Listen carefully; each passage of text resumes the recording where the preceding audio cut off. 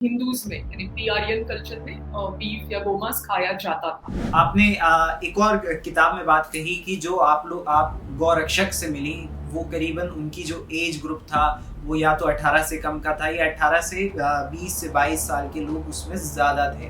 तो आपको क्या लगा, मतलब क्या जो बच्चे होते हैं उनको बचपन से ही माइंड वॉश कर दिया जाता है, इस तरीके से उन्हें चीज़ें समझाई जाती हैं ताकि मुझे लगता है कि गोरक्षक तो पहले से थे, लेकिन ये 2014 के बाद जो एक ट्रेंड आया गोरक्षक का, तो उसमें काफी सारे अच्छे शिक्षित और जो यूथ जिनको हम कहते हैं कि 20 टू 35 इयर्स के जो लड़के हैं वो उसमें शामिल हो गए। वो गाय को सीज करने के बाद उनका क्या होता है वो हमको पता नहीं, यानी वो गाय तो लेके जाते हैं फार्मर्स से या ट्रेडर्स से छीन के। वो गोरक्षक का जो ग्रुप बनते हैं तो वो अपना एरिया डिवाइड कर लेते हैं कि इस एरिया में ये ग्रुप काम करेगा, इस एरिया में ये ग्रुप काम करेगा, और वो एक दूसरे के इन्फॉर्मर बन जाते हैं। तो उसमें पुलिस भी लोकल लेवल पे उनकी मदद करती है। जब किसी चीज को बैन कर देते हो तो उसका ब्लैक मार्केट तो बढ़ता ही है। जैसे मैंने आरटीआई में एक महाराष्ट्र का एग्जाम्पल दिया था कि महाराष्ट्र में उन्होंने बीफ बैन कर दिया, तो उसके बाद 5 साल का जो डेटा देखा जाए तो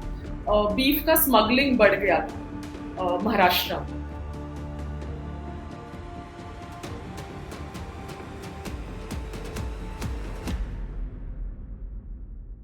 नमस्कार, द वायर में आप सभी का स्वागत है। मेरा नाम याकूत अली है। मेरे पास इस वक्त एक किताब है, who will build the cow. ये किताब लिखी है श्रुति गणपति ने। श्रुति हमारे साथ मौजूद हैं। इस किताब को छापा है नोशन प्रेस ने। ये किताब उन लोगों को पढ़ना बहुत जरूरी है जो लोग गौ रक्षा की बात करते हैं, जो गौरक्षक हैं, या फिर मैं कहूँ कि इंडियन पॉलिटिक्स में इंटरेस्ट रखते हैं। उन लोगों के लिए भी ये किताब जरूरी है पढ़ना। वो किस लिए जरूरी है वो आपको आगे इंटरव्यू में पता पड़ेगा। इस किताब को जब श्रुति ने लिखा, उन्होंने तमाम राज्यों का दौरा किया और उन्होंने गौरक्षकों से उन्होंने मुलाकात की। उनके बारे में इसमें डिटेल में सभी कुछ डेटा के साथ मौजूद है और इसमें पुराना इतिहास के बारे में भी मौजूद है। वही इतिहास जो लोग हमें इस वक्त बदल कर बताने की कोशिश करते हैं, हमें हर चीज नए सिरे से समझाने की कोशिश करते हैं। इंटरव्यू शुरू होने से पहले बस मैं यही कहना चाहूंगा कि वक्त ऐसा बदला कि लोग इतिहास को बदल कर पढ़ाने लगे। वक्त ऐसा बदला कि लोग इतिहास के पन्नों को ही बदलने लगे। वक्त ऐसा बदला कि देश में तमाम मुद्दे होने के बावजूद एक ही मुद्दा लोगों ने सबसे आगे रखा, वो था गाय का मुद्दा। वक्त ऐसा बदला कि लोगों की गाय के नाम पर हत्याएं होने लगी। तो उसी से जुड़ी यही किताब है। इस किताब को आपको जरूर पढ़ना चाहिए। और अब सवालों का सिलसिला शुरू करते हैं श्रुति के साथ। मेरठ की कहानी आपकी किताब में बताई है, जिसमें कि कोई एक कैरेक्टर है मिथिलेश सिंह। उनके बारे में मैं थोड़ा सा जानना चाहूंगा और दर्शक भी थोड़ा जानना चाहेंगे। जो आपने उसमें जिक्र किया है कि किस तरीके से वहां पर गाड़ी को रोका जाता है जिसमें गाय को लेके कुछ लोग जा रहे थे, और फिर वो कहते हैं कि हर जो घटना होती है वो पहले से प्लान होती है। ये वाला जो पार्ट है आप थोड़ा सा अगर बताना चाहें तो। राइट, मुझे लगता है वो किताब का सबसे इम्पोर्टेंट चैप्टर है, पहला ही जो मैंने रखा है कि ये गोरक्षक जो उभर के आए सडनली और उनके हमने इमेजेस देखे, वो वायलेंस देखा, तो ऐसे लग रहा था कि ये कहाँ से आ गए हैं बंदे और वो क्या काम करते हैं, कैसे काम करते हैं, सर्वाइव कैसे करते हैं। तो उस ये जो सारे प्रश्न थे उनको उनका उत्तर देने के लिए मैं कुछ गोरक्षक से मिली। उसमें से एक ये बंदा था, मेरठ में काम करता है, वो काफी अच्छी कंपनी में जॉब करता है। तो ये जो हमारे दिमाग में था कि गोरक्षक या उस टाइप के लोग सिर्फ गरीब परिवार से आते हैं, तो ऐसा बिल्कुल नहीं है। काफी सारे लोग अच्छे जॉब करने वाले उसमें होते हैं।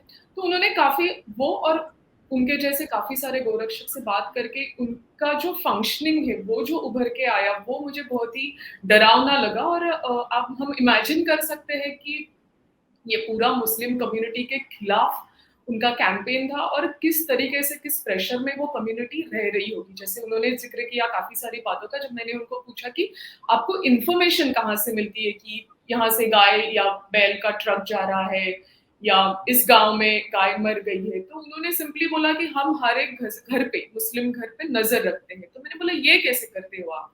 तो बोले कि वहां पे जो छोटा सा शॉपकीपर है, किसी की दुकान है, कोई थोड़ा हिंदुत्व विचारधारा को मानने वाला है बंदा, तो वो सब हमारी आंखें बन जाते हैं उनकी। और हर एक मुस्लिम घर पे वो नजर रखते हैं, कौन आता है, कौन जाता है, क्या चल रहा है, कौन किससे मिल रहा है, क्या बातें हो रही है। तो कोई कोई गाँव में इतना डर का माहौल है कि उनकी गाय या उनका बैल नेचुरली भी मर जाता है, तो उसका क्या करे? यानी उसको दफनाए और बाद में अगर ये गौरक्षक को पता चलेगा तो भी उनको डर लगता है, तो फिर उसका क्या करें? ये सवाल है। दूसरी उसमें बात उन्होंने इंटरेस्टिंग बताई थी कि कैसे स्टेट मशीनरी उनको उनका साथ देती है, यानी पुलिस के सपोर्ट की आपने बात करी थी एक कि पुलिस का भी उन्हें समर्थन प्राप्त होता है, ऐसा उन्होंने आपसे कहा भी था। तो आपने अगर हाल ही में सुना हो तो जुनैद और नासिर का जो केस है जो राजस्थान के घाटमीका में हुआ, वहां पर भी क्या आपको पुलिस का इन्वॉल्वमेंट नजर आता है?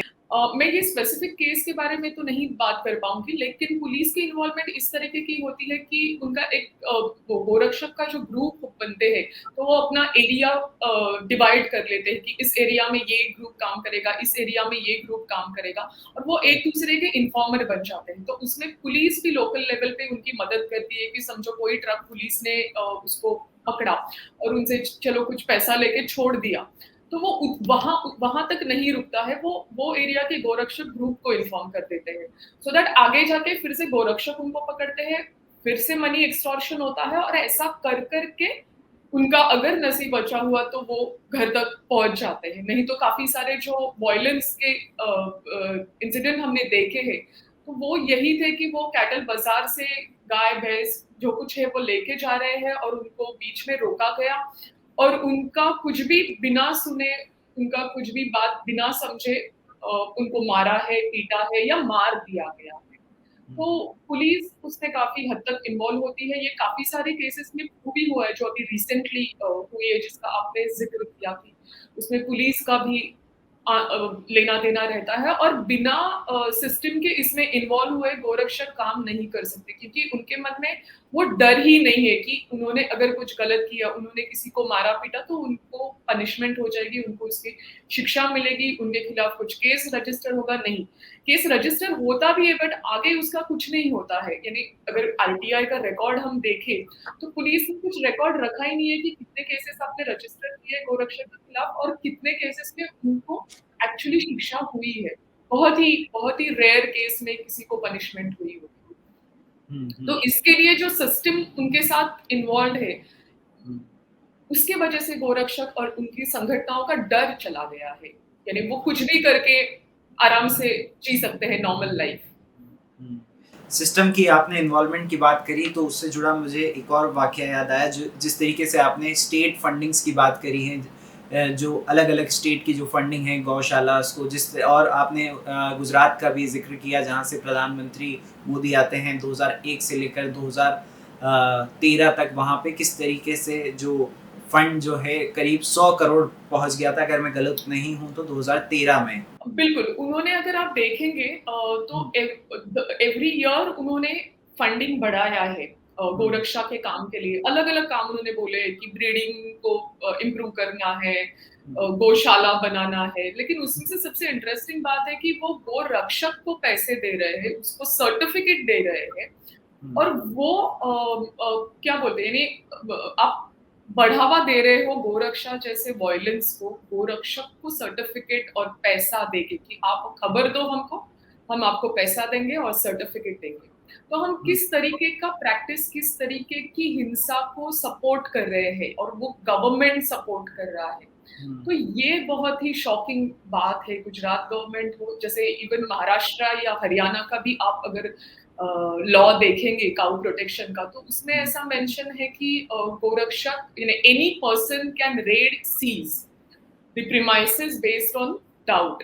Any person authorised by the government. Now who is this any person? यानी किसी घर पे आपको रेड करना है या किसी शॉप में रेड करना है, किसी गाड़ी को आपको रोकना है और उसका सर्च करना है, तो ये काम सिर्फ पुलिस कर सकती है कायदे के अनुसार। लेकिन ये कायदा ही इस तरीके का बनाया है कि आप किसी को भी अथॉरिटी दे दो जो गवर्नमेंट से पावर दे दिए आप जो चाहे करें, हम हमारे साथ आपके साथ हैं।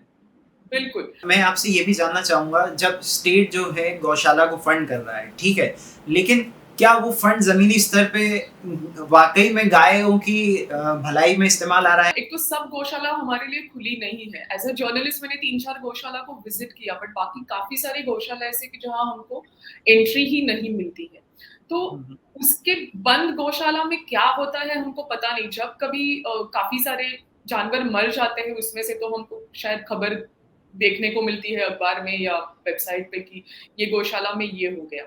जैसे मैंने हर एक स्टेट में मैंने गौशाला और गवर्नमेंट का जो फंडिंग है उसके बारे में आरटीआई डाला था, 11 स्टेट्स में एक्चुअली डाला था।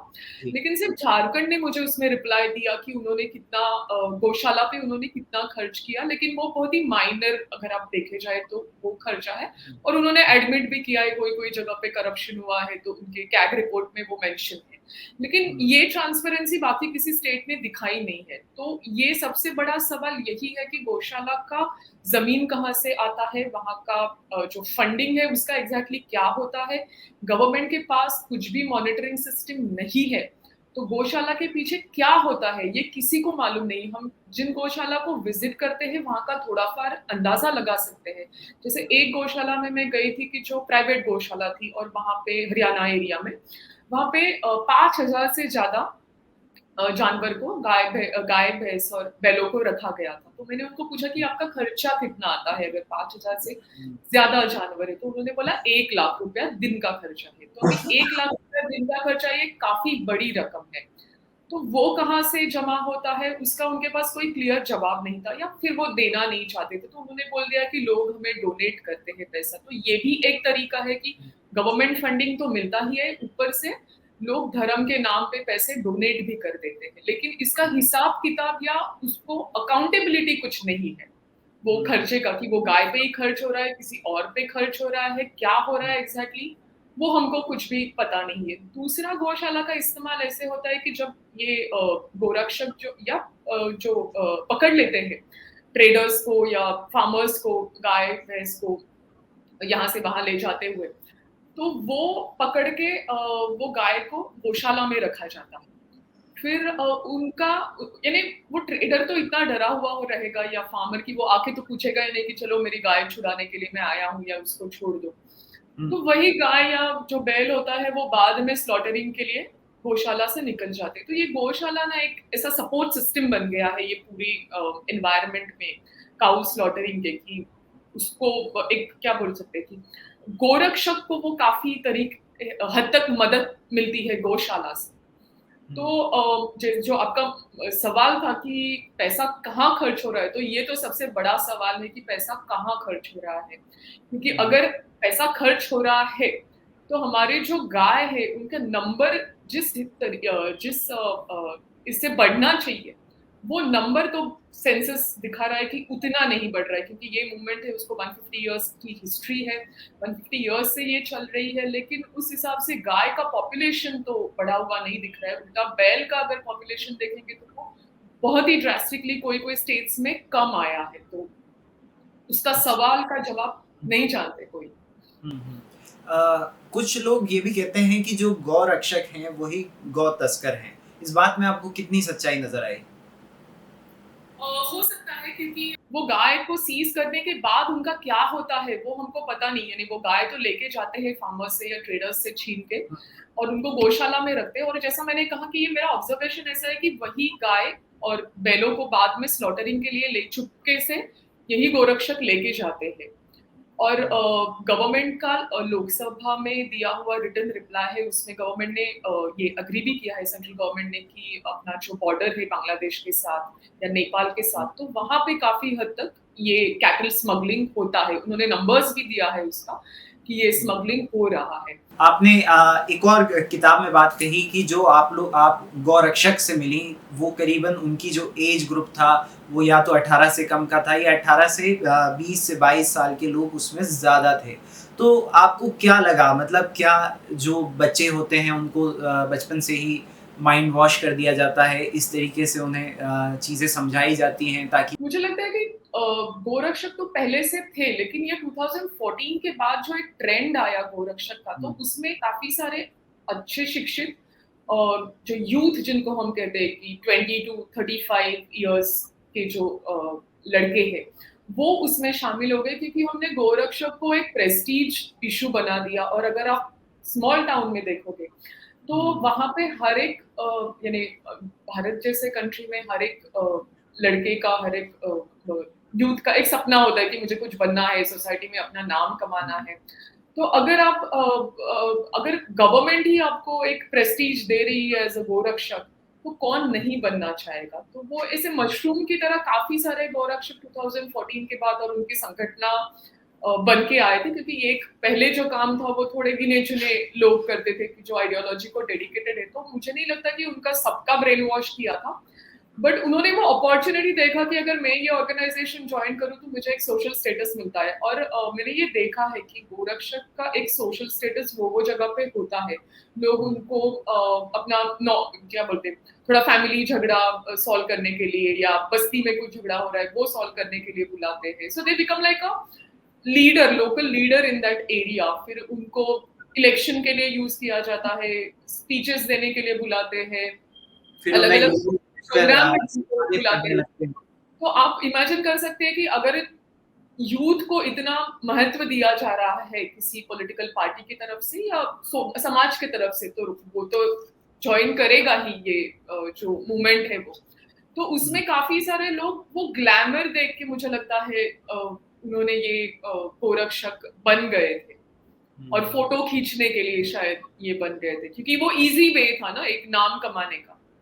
मुझे भी ऐसा लगता था कि 2014 के बाद ये वॉयलेंस बहुत ज़्यादा दिख रहा है या बढ़ रहा है, तो मैंने 11 स्टेट जो मोस्टली पावर बेल्ट है, उनमें 90 आरटीआई डाला था अलग-अलग तरीके का। तो उसमें से एक सवाल था वो उनके होम डिपार्टमेंट को था, एक जो सेट ऑफ क्वेश्चन था वो डेयरी डेवलपमेंट डिपार्टमेंट के लिए था, और तीसरा था वो फॉरेंसिक लैब के लिए था। जो होम डिपार्टमेंट को या पुलिस को मैंने जो आरटीआई भेजा था, उसमें मैंने ये सवाल पूछे थे कि ये काउ रिलेटेड वायलेंस कितने हैं, उसमें से कितने केसेस एक्चुअली मॉब लिंचिंग के हैं। तो उन्होंने मॉब लिंचिंग का तो कुछ अलग से जिक्र है नहीं अपने रजिस्ट्री में। नेशनल क्राइम ब्यूरो ने भी ऐसा कुछ अलग से रजिस्ट्री नहीं रखा है मॉब लिंचिंग का। लेकिन जो वायलेंस हुआ है, तो मुझे लगता है झारखंड एक स्टेट है, उन्होंने पूरा सवाल का जवाब दे दिया। इन्हें अलग अलग डिस्ट्रिक्ट लेवल के पुलिस स्टेशन से मुझे जवाब आते रहे काफी महीने तक। तो जो मैंने कंपाइल किया तो पिक्चर ऐसा दिखा कि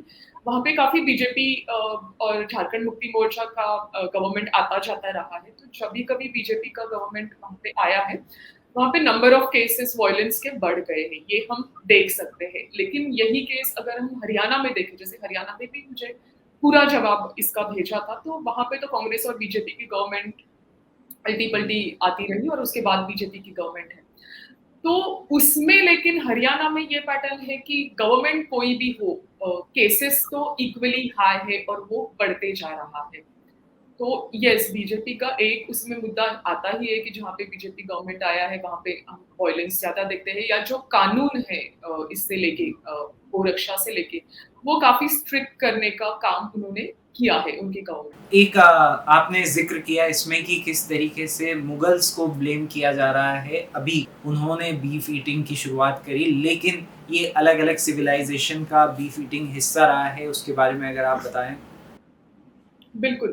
मुझे लगता है कि मैं थोड़ा-सा एंशिएंट इंडिया में जाना चाहूँगी कि ये सबसे बड़ा जो सवाल है कि हिंदूज़ बीफ खाते थे या नहीं खाते थे। तो जो हमारे हिस्टोरियंस हैं, उन्होंने काफ़ी रिसर्च किया है। डीएन झा जी ने इतनी बड़ी किताब लिखी है, the myth of the holy cow, कि उन्होंने उसमें से ये दिखा दिया है कि हिंदूज़ में, यानी प्री आर्यन कल्चर में बीफ या गोमांस खाया जाता था। उसके बाद का जो आर्यन पीरियड आया, जब आर्यन यहाँ पे आ गए, तो गाय उनके लिए बहुत ही महत्वपूर्ण प्राणी था, क्योंकि वो क्या बोलते हैं, चरवाहे थे, फार्मिंग करना इतना जानते नहीं थे। तो उन्होंने उनके लिए गाय बहुत महत्वपूर्ण प्राणी था। और उसके बाद का अगर हिस्ट्री हम देखेंगे तो उसमें गाय का जो महत्व है वो बढ़ता गया है, क्योंकि human as a human being उन्होंने एग्रीकल्चर सीखने के बाद वो सेटल हो गया, और सेटल होने के बाद ये गाय और बैल का महत्व बढ़ गया। तो तब लेकिन महत्व बढ़ गया, तभी भी गाय खाते ही थे, यानी गोमांस तभी भी खाया जाता था। और ऐसे-ऐसे श्लोक जैसे हमारे माइथोलॉजी में हमको मिलेंगे कि जब मेहमान आ रहा है, कुछ खास अवसर है, तो हमेशा बीफ ही खाया जाता था। या फिर जो बड़े-बड़े यज्ञ होते थे, आहुति दी जाती थी या ऑफरिंग किया जाता था भगवान को, तो उसमें भी स्लॉटरिंग ये गाय और बैल का ही होता था। और उसी का ज़िक्र माइथोलॉजी और सब जो हिंदू टेक्स्ट है उसने किया हुआ है। उसके बाद का जो पीरियड आया जब ये यज्ञ का दौर जो बहुत बढ़ता चला गया कि बहुत ज़्यादा वॉयलेंस होने लगा, बहुत ज़्यादा ऑफरिंग होने लगा ये कैटल का। तो ये कैटल आता कहाँ से था? यानी कोई राजा महाराजा खुद तो कैटल इतना नहीं रख पाता था, तो ये तो उस समय जो गरीब फार्मर्स थे, उनसे छीना जाता था और वो भगवान के नाम पे वो आहुति में या यज्ञ में डाला जाता था। उससे जनता बहुत नाखुश थी क्योंकि वो तो गरीब की गरीब रहती थी, वो यज्ञ से उनको कुछ फायदा नहीं हुआ था और उसी समय जैनिज्म और बुद्धिज्म का दौर शुरू हो गया। तो उन्होंने ये अहिंसा की जो फिलॉसफी थी वो उठाई और उसको काफी अच्छी तरीके से लोगों तक फैलाया और लोगों ने उनको सपोर्ट किया क्योंकि हर कोई ये यज्ञ का जो वॉयलेंस हो रहा है उससे हैरान थे और उससे परेशान थे। तो ये जैनिज्म और बुद्धिज्म ने अहिंसा जब प्रीच करना शुरू कर दिया तो काफी लोग उनसे जुड़ गए क्योंकि वहां पे कास्ट सिस्टम नहीं थी, तो जो कोई जुड़ जाता वो सब इक्वल लेवल पे थे। तो इसके लिए लोगों को वो पसंद आ गया और वो जब कंपटीशन क्रिएट हो गई हिंदू रिलीजन के लिए और उनका ये सर्वाइवल का प्रॉब्लम हो गया कि अभी जैनिज्म और बुद्धिज्म के सामने हम सर्वाइव कर पाएंगे या नहीं, तब हिंदू रिलीजन के जो प्रोटेक्टर्स थे so called upper caste Brahmins, उनमें से सेक्शन ऑफ देम सेड कि हम बीफ नहीं खाएंगे या हम नॉनवेज नहीं खाएंगे। और वो शायद उस जमाने से थोड़ा बहुत वो चलता आया कि पर्टिकुलर जो कास्ट है हिंदू रिलीजन में, अपर कास्ट ऑफ कोर्स, कि वो नॉनवेज नहीं खाते। और उसके बाद जो हर एक चीज के लिए आपने जैसे कहा कि मुगल को ब्लेम किया जाता है, तो आप अगर बाबर, अकबर और इवन औरंगजेब का हिस्ट्री देखेंगे तो उनका तो वेल डॉक्यूमेंटेड हिस्ट्री है, तो वो खुद काफी कम बीफ खाते थे, औरंगजेब तो नहीं खाते थे। तो और ये जिक्र अलग अलग ट्रैवलर्स, अलग अलग हिस्टोरियन, अलग अलग एशियन इंडिया पे काम करने वाले रिसर्चर्स, इन सब ने किया है। तो उसका मतलब नहीं बनता है कि हम सिर्फ मुगलों को वो ब्लेम कर रहे हैं क्योंकि हमको मुस्लिम कम्युनिटी को ब्लेम करना है, तो उसमें कोई तथ्य नहीं है। ये बहुत ही गलत और झूठ फैलाया जा रहा है। क्या उनसे इस तरीके के सवाल किए कि ये जो गाय है वो तमाम तरीके की जितनी भी सिविलाइजेशन रही है उनके खाने का हिस्सा रही है, इस तरीके की बातें क्या उनसे आपकी कन्वर्सेशन हुई? नहीं, वो तो ऑब्वियसली ये मानते ही नहीं है कि ऐसा कुछ था। उनकी तो हिस्ट्री ही अलग है, जो हम नॉर्मल पढ़ते हैं वो उनकी हिस्ट्री ही नहीं है। तो वो तो ये मानते ही नहीं है कि हिंदू कभी गोमांस खाते थे और उनसे आप आइडियोलॉजिकल या लॉजिकल कुछ भी डिबेट नहीं कर सकते हो क्योंकि उनका एक माइंडसेट फिक्स हो गया है और उनको मालूम है कि ये हमारा टारगेट है। और उसमें से सबसे प्रॉब्लमेटिक चीज़ ये है कि वो वॉयलेंस से डरते नहीं है, यानी वो उसका भी समर्थन करते हैं। जैसे मैंने 1-2 लोगों का इंटरव्यू लिया तो उन्होंने बोला कि हम पहले तो कुछ नहीं करते, लेकिन अगर सामने हम पे अटैक हो जाए तो हम उसको रिटेलिएट करते हैं, यानी आप वॉयलेंस का समर्थन कहीं न कहीं करते हो। तो ये चीज़ें जो एक साथ जो आई है कि आप यूथ को कौन से डायरेक्शन में लेके जा रही है हमारी सोसाइटी, और ये सिर्फ गौशाला में या वो उनका ऑर्गेनाइजेशन में ब्रेन वॉश होता है ऐसी बात नहीं है। पूरे भारत में ही अलग-अलग तरीके से लोगों का ब्रेन वॉश होता ही रहा है। अभी सिर्फ उनको थोड़ा सपोर्ट मिल गया है, जो सिस्टम बदल गई है उस वजह से। तो हमको ऐसा लगता है कि सिर्फ इन्हीं का ब्रेन वॉश हो रहा है, लेकिन मुझे लगता है ब्रेन वॉश तो सबका ही हो रहा है। बहुत शुक्रिया हमसे बात थैंक यू।